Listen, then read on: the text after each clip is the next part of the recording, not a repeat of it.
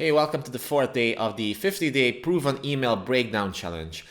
Today we're taking a look at a story-based sales email. These types of emails are one of my favorites actually, and this one's written by Stanley.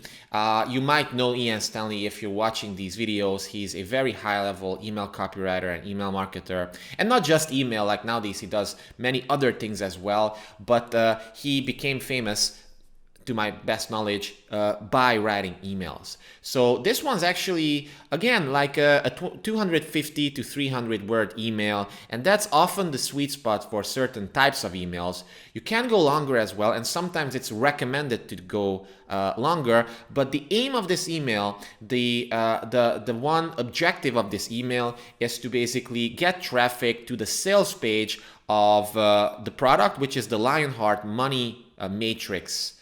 So that's the product. It's basically, I think it was a retreat or like a group coaching program or something like that. I actually got this email in 2019. I just had it bookmarked. But this email, it's a pretty good example of how to use a story or an interesting piece of trivia or something like that to sell your product. I mean, get people's attention, hook them with a story, and transition very gradually to the essence of your pitch. And as we go through this email, you're gonna see how this works in real life, and how a master copywriter like Stanley does it. But before we jump in, if you're new here, make sure to subscribe right now. Also click the little notification bell so that you get notified when I release the next video in the series. And also don't forget to like the video or to leave a comment or to share it with someone else who you think might find this helpful, because it definitely helps a lot. YouTube's algorithm doesn't necessarily like these longer form, really in-depth videos. And it definitely helps me a lot if you help me spread the word. So the subject line basically says the 3 million tuna. So first of all, we can see that it's a great subject line. It really stands out. Like, what?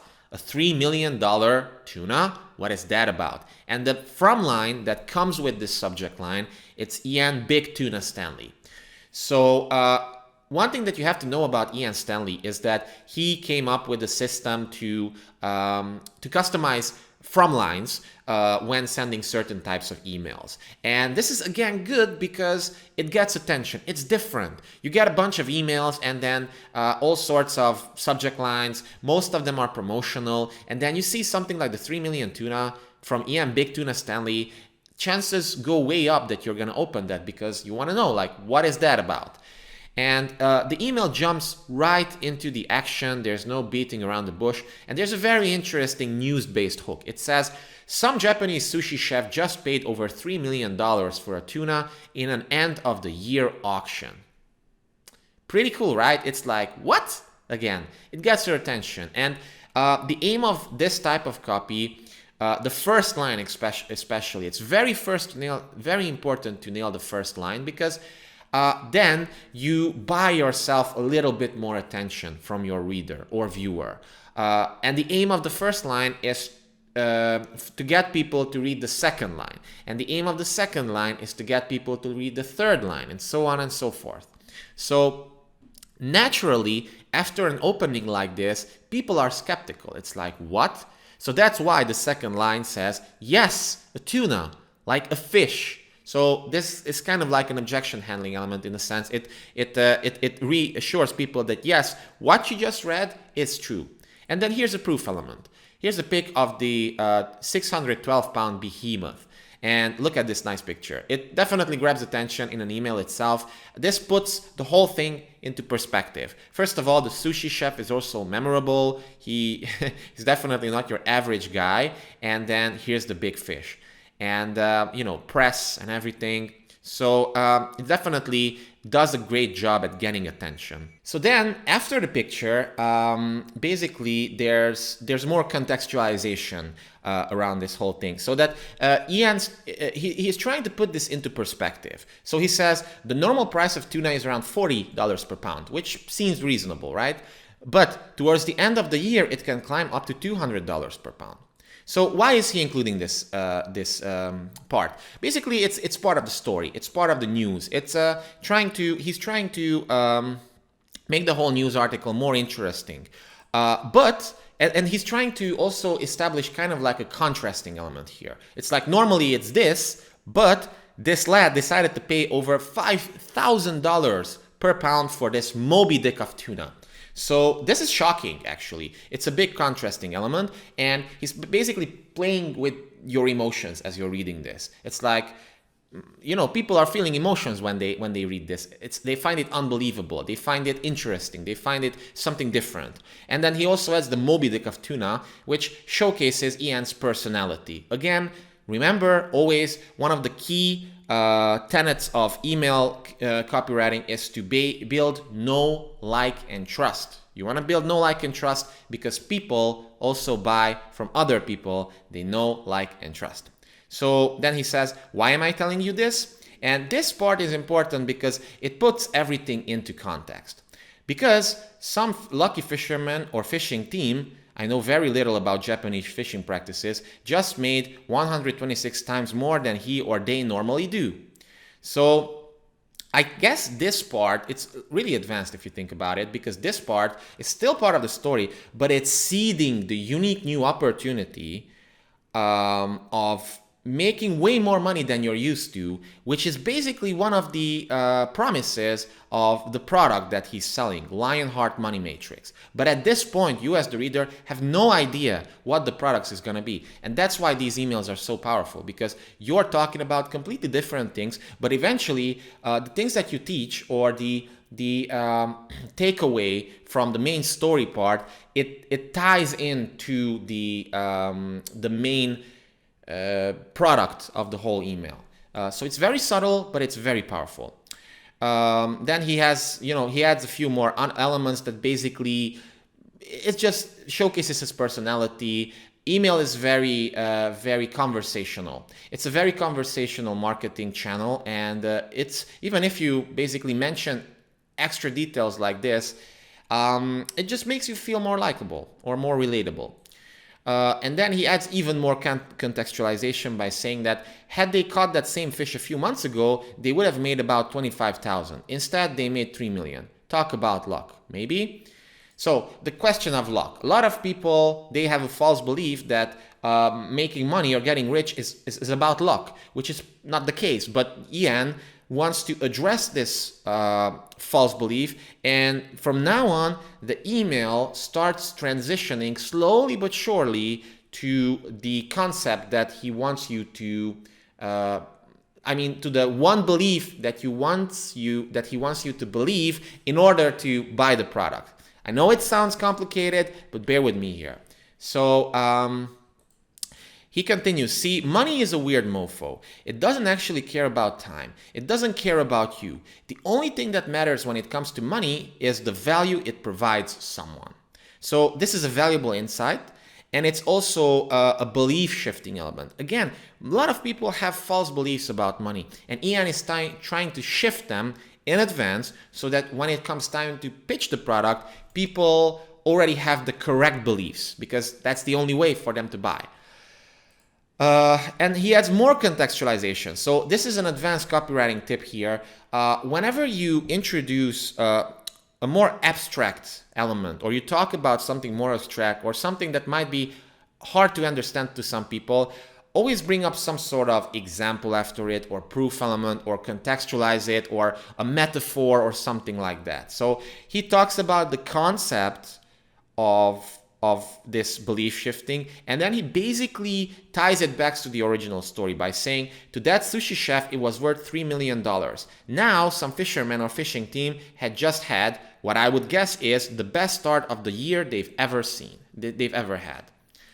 And then there's one part which is a pretty big paragraph, and normally in copywriting terms you would definitely separate these into different lines. So this paragraph has different ideas, and it might be too long to read, especially on phone screens.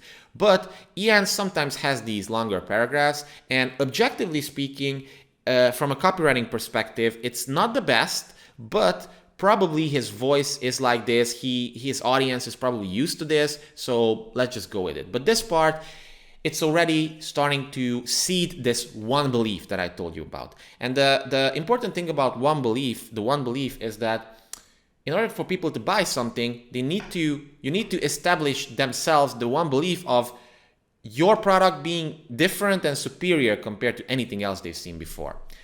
So he goes, it just goes to show that money finds certain people. It doesn't follow any rules. It doesn't care if you've ever made $20 an hour. You can change your income overnight, or at least a lot faster than you think. I don't mean that. I don't mean for that to sound like an income claim or over-the-top promise. I'm just saying it's not impossible. So there's an objection handling element here, but this is very strong belief shifting. So it's already educating people on how to think and feel about money.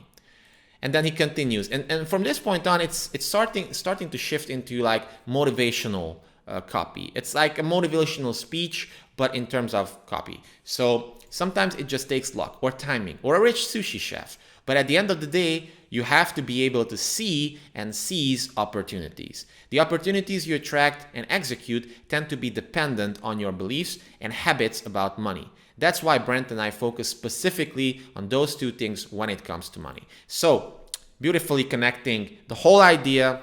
So, notice this. He started with the story. Then he started with defying your expectations of how much someone can earn based on some other weird factor, right? And then he connected this to motivational speech, and then he connected this to the product by saying that the opportunities you attract and execute tend to be dependent on your beliefs and habits about money. So that's why we want to basically cure your false beliefs about money. And that's what the Lionheart Money Matrix workshop is probably about. We focus on both internal and external relationship to money. So this is the unique mechanism. Like if someone were to ask, okay, but how is this whole thing that you're trying to mention here different compared to, I don't know, a book like Think and Grow Rich or something? Well, it's because we focus on both internal and external relationships to money. What is that? We don't know yet, but that's why you have to click the link, right? So it's there's a curiosity element to it as well. And then after this part, basically we get some high-level benefits. So this is basically a soft pitch, okay? Only the last paragraph before the call to action is kind of like a harder pitch. It's still not that hard, but we just get introduced the idea of money beliefs. Then we get introduced to the unique mechanism of how Ian and Brand, shift these beliefs, and then we get some high-level benefits. He shows you how to change your emotional beliefs about money and get rid of the blocks about it. Blocks like thinking you have to work harder to earn more, or that you don't deserve it. I focus on giving you a specific strategy, the three types of money. You can work less and earn more, or work for the same amount and get more out of every hour. So two very important and very nice things to have, right? Like for the specific target audience that they're targeting, these things are important and they care about these things. And that's why they mentioned as benefits. And then we have one single paragraph that's basically like a straight up mini pitch. He says, if you're interested in the system, I recommend you grab the Lionheart Money Matrix today and see what happens. If you don't love it, just let us know and we'll be happy to refund you. So there you go, risk reversal. I'm confident that you'll get a lot out of it. In fact, we haven't had a refund yet. So this is like a huge objection handling element here. Preemptively, it's like, this is so good, we haven't had a single refund yet. So you can definitely buy risk-free, even if you don't like it. Even if you'll be the one person so far who doesn't like it, we're just gonna give you your money. So go check it out here. So at this point, the call to action and the pitch itself feels very natural. It doesn't feel forced. People got a lot of value from it. They read an interesting trivia. They have a story that they can tell their friends, like, hey, have you heard about this sushi chef who paid how much? $3 million for a 612-pound tuna? Like, how crazy is that? So he's giving a lot of value and then asking for the sale. And that's what I also recommend you do as well. So then there's the last part which says, anyways, I'm off to dinner for our last night in Barcelona. This is basically, it's kind of like an element that takes away the pressure of the sale. So at this point, we have a pitch, we have the call to action, and he's not saying like, hey, buy now because otherwise you're gonna miss out, but he's saying, hey, you do what you want, I don't care, here's like how you can better your life, but I just gave you the option. Now since I'm a grounded alpha male, in this case, I'm off to dinner in Barcelona. So see you next time. Check it out. That's it. So it makes it low pressure, and people appreciate it. And then he adds, beautiful, awesome city. Definitely check it out if you get a chance. So this, again, it makes the whole email more relatable, more personal. It feels like, Ian is really sharing something, sharing parts of his life and his beliefs about things in life, right? And it's pretty cool. Talk soon, Ian. Big tuna, Stanley. So this is a memorable sign-off again.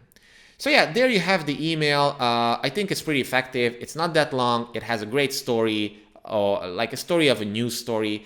You tie it into the psychology behind money, tie it into the product, mini pitch, like non-aggressive selling, and then there you go.